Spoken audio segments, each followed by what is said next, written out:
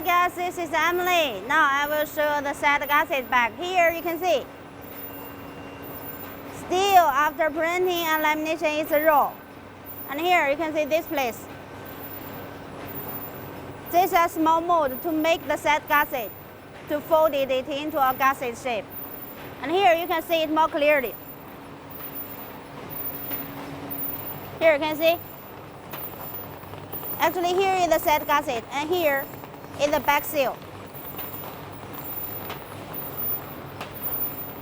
Make it smooth, and here this place, we seal the back side. The back side will be sealed here.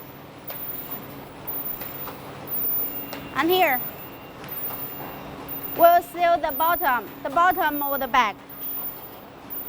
And this part will seal other parts. All the other side need to be sealed. And here you can see a small round circle? Can you see? Later it will be cut into two parts. Then it will be the tail notch. Let me see what is the bag for.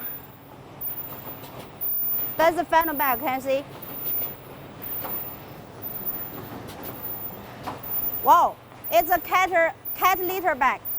Well, I love the color. What do you think? Set gusset. And inside it's wet PE, can you see? Wet PE. Do you love this bag?